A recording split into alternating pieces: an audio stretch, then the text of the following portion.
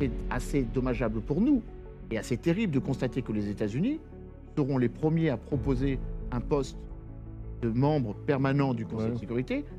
Là aussi, on est arrivé après la bataille. Les Américains font mieux puisqu'ils ont proposé 2 postes permanents, dont un, vraisemblablement, est quasiment acté pour le Maroc. Le Maroc est devenu le fer de lance d'une capacité à penser un mix énergétique, non seulement au niveau marocain, mais au niveau de l'ensemble du continent africain. La plus grosse centrale solaire en Afrique se trouve à Ouarzazate, la centrale Nour, mais il y a bien d'autres résultats. Le Maroc sera la puissance de l'hydrogène vert marocaine.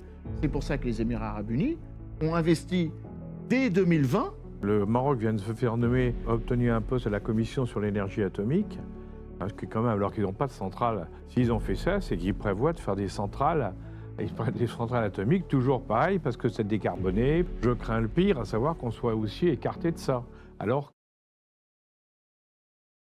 Alors bonjour tout le monde, j'espère que vous allez bien, j'espère que tout se passe bien chez vous. Je vous propose dans cette vidéo de regarder avec moi un extrait de l'émission d'Alain Juillet sur YouTube, Open Box.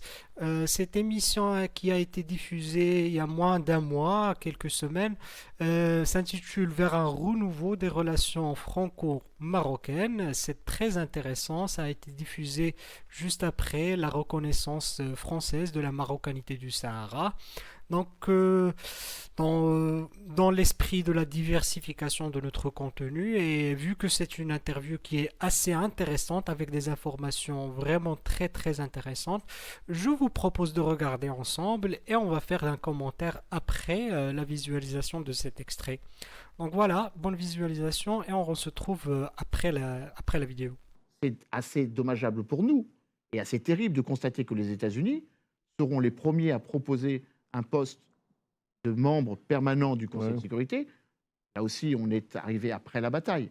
Ça fait à peu près une dizaine d'années que nos amis africains qui appartenaient à l'Afrique occidentale française et à l'Afrique équatoriale française nous demandaient de soutenir cette légitimité d'avoir un poste. Les Américains font mieux puisqu'ils ont proposé 2 postes permanents, dont un, vraisemblablement, est quasiment acté pour le Maroc. Donc là aussi, nous avons l'impression que malgré la francophonie, malgré nos liens historiques, malgré, depuis le traité de Fès en 1912, qui acte le fait qu'il y ait la reconnaissance de la souveraineté de la monarchie chérifienne, l'arrière-grand-père du roi, de l'actuel roi, les Américains, parce qu'ils avaient un passé encore plus ancien que nous, sont en train, là aussi, de nous tailler des croupières. Il faut évidemment s'en désoler, mais il faut quand même aussi penser que désormais, la balle est dans le camp des entreprises françaises. Alors, dans la projection et le développement économique et industriel du Maroc, est-ce qu'il y a une vision, je dirais, écologique où aujourd'hui, alors bien évidemment, depuis quelques années, il y a la fameuse centrale solaire Nour, mais comment ils arrivent à gérer cette nouvelle dimension? Est-ce qu'il y a une vision là-dessus? Déjà, il faut avoir à l'esprit que la première COP africaine, c'est la COP 22, qui succède à la COP 21, donc en 2016, à Marrakech. Donc, cela a une importance. C'est-à-dire que le Maroc est devenu le fer de lance d'une capacité à penser un mix énergétique, non seulement au niveau marocain, mais au niveau de l'ensemble du continent africain. D'ailleurs, raison de rappeler que la plus grosse centrale solaire en Afrique se trouve à Ouarzazate, la centrale Nour, mais il y a bien d'autres résultats. Le mix énergétique de 2017, COP22, c'était 24%. Là, on va tangenter vers les 35%, vers quasiment les 40%. Ça veut dire que l'économie marocaine est en train d'être décarbonée.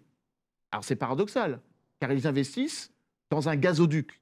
Mais le gazoduc va accompagner un autre élément que les entreprises françaises sont peut-être en train déjà de manquer ou de louper, si vous m'autorisez cette trivialité, c'est l'hydrogène vert. Le Maroc sera la puissance de l'hydrogène vert marocaine. C'est pour ça que les Émirats arabes unis ont investi dès 2020 sous le boisseau de l'accord d'Abraham pour investir dans l'hydrogène vert. Gageons que les entreprises françaises qui désormais sont soutenues par Proparco, la banque privée de l'Agence française de développement, seront incitées à investir au Maroc, mais je crains quand même que nous n'ayons que les reliquats de contrats. Car nos partenaires ne nous ont pas attendus. La désalinisation de l'eau pour les Israéliens, les contrats d'armement pour les États-Unis, l'hydrogène vert pour les Émirats arabes unis. Alors, le Maroc vient de se faire nommer, a obtenu un poste à la Commission sur l'énergie atomique, parce que quand même, alors qu'ils n'ont pas de centrale, ce qui veut dire clairement, là, voilà, on parle d'intelligence économique, hein, s'ils ont fait ça, c'est qu'ils prévoient de faire des centrales atomiques, toujours pareil, parce que c'est décarboné, parce que ça va dans le sens. Donc, et là, je crains, comme j'en ai jamais entendu parler en France depuis à ma connaissance, je crains le pire, à savoir qu'on soit aussi écarté de ça. Alors que... déjà, là, pour le coup, pour donner un élément supplémentaire, les Russes qui sont en train d'utiliser leur diplomatie de l'uranium sur tout le continent africain, en proposant déjà des centrales nucléaires au Nigeria, en Afrique du Sud, en Égypte. Oui, et des petites, petites centrales d'usines. Oui, c'est l'équivalent des small reactors, des small modular reactors, comme on dit, ou des EPR, ce que nous savons produire, puisque nous en allons produire 36 nouveaux. Mais en même temps, comme Alain l'a très bien dit, il n'y a pas de prospect vers le continent africain, hélas. Peut-être que demain, ce sera une ambition nouvelle à développer. Donc la France a fait un pas important vers le Maroc. Donc, il serait intéressant qu'on puisse reprendre une dynamique économique et industrielle. Oui, mais on a ouvert la porte. Enfin, en faisant ça, on a ouvert la barrière. Hein. Mais derrière, il faut concrétiser. Il faut concrétiser. Hein. Alors, c'est particulièrement la bonne réponse, car au-delà de la dimension politique, le président français a finalement est allé à Canossa, comme on dit. C'est-à-dire qu'il a avoué qu'on a trop tergiversé pour reprendre langue avec un pays qui a été de tout temps un partenaire.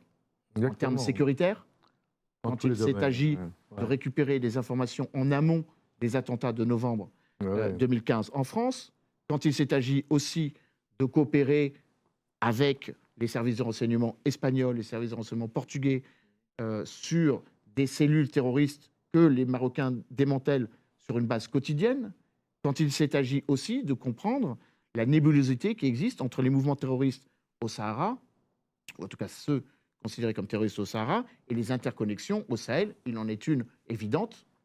L'État islamique dans le Grand Sahara, le EJS, était dirigé par une personne qui portait un nom prédestiné, puisqu'il s'agissait de El Sahraoui, qui a été mis hors d'état de nuire par les forces françaises.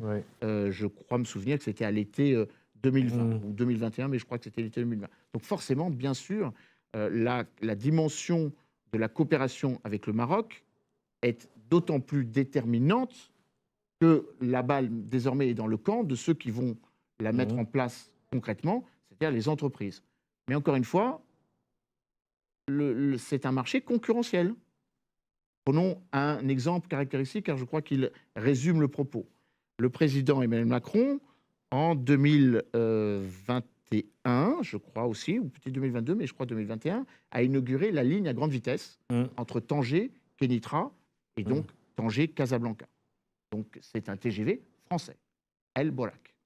Or désormais, le marché de la continuation de cette ligne, de Casablanca vers Agadir, Casablanca vers Marrakech, est un marché ouvert à concurrence.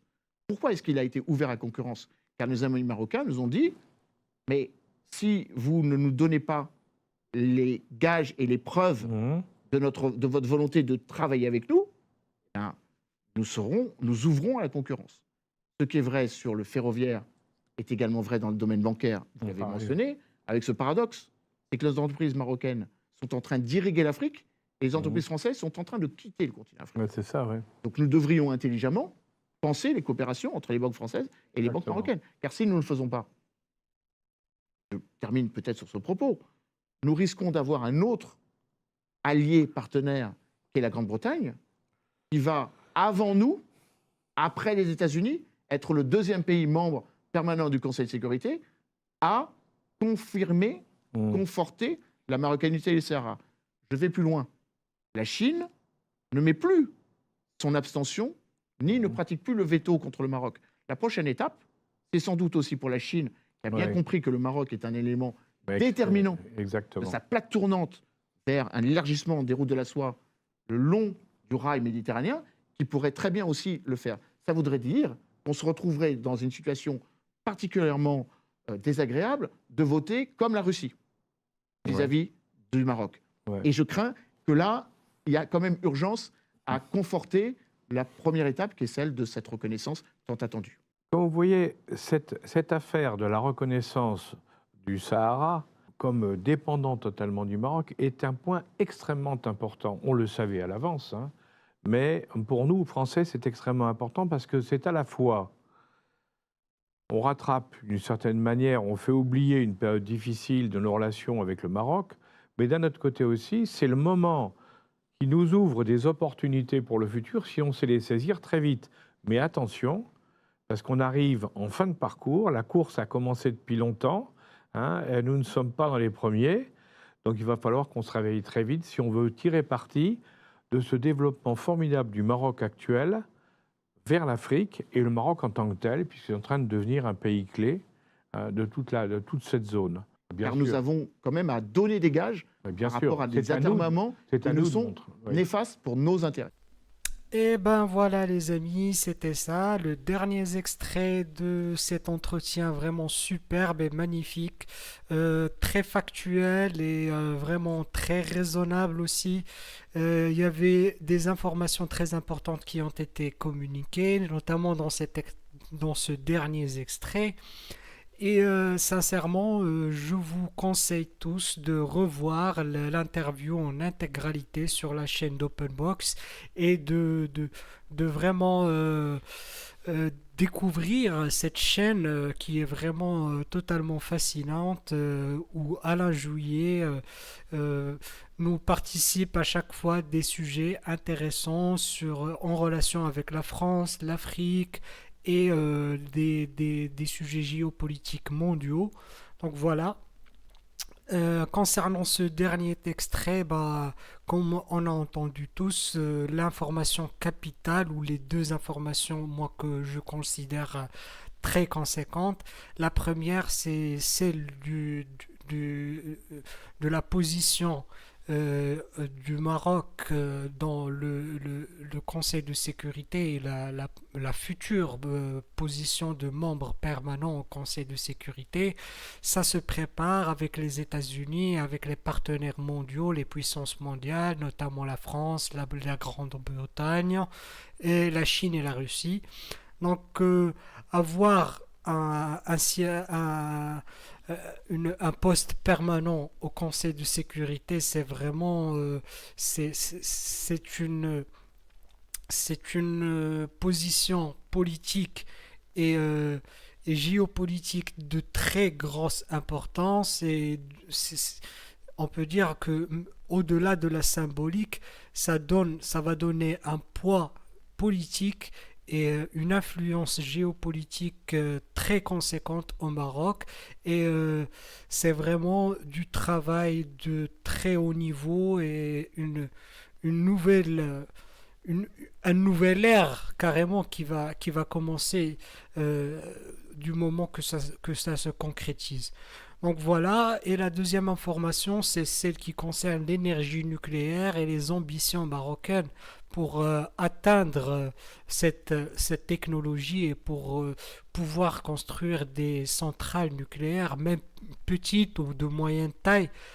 C'est peu important déjà face à le gain déjà de cette technologie complètement révolutionnaire que le monde a toujours du mal à vraiment exploiter comme il le faut, mais pour le Maroc qui est déjà dans ce chemin des énergies renouvelables, déjà avoir un mix énergétique d'environ 40% pour arriver à se satisfaire à au-delà de 80% ou à même atteindre les 90% ou 99%, l'énergie atomique va être vraiment très importante pour arriver à ce stade de décarbonation complète de l'économie et de tous les secteurs de la vie au Maroc et de l'énergie utilisée au Maroc.